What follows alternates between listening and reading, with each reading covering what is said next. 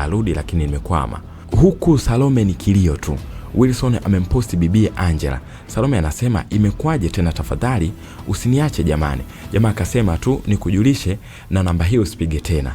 Basi huku Wilson aliongeza ubunifu na jitihada kubwa sana. Yote ni kuongeza mapenzi mazito zaidi na zaidi. Angela amelegeza kamba sasa, hatimaye amekubali kurudi mjengoni. Kwa mara ya kwanza Wilson na Angela wanakumbatiana hapa. Mapenzi ndo hayo sasa. Mambo si mambo. Angela sio wa kienyeji tena.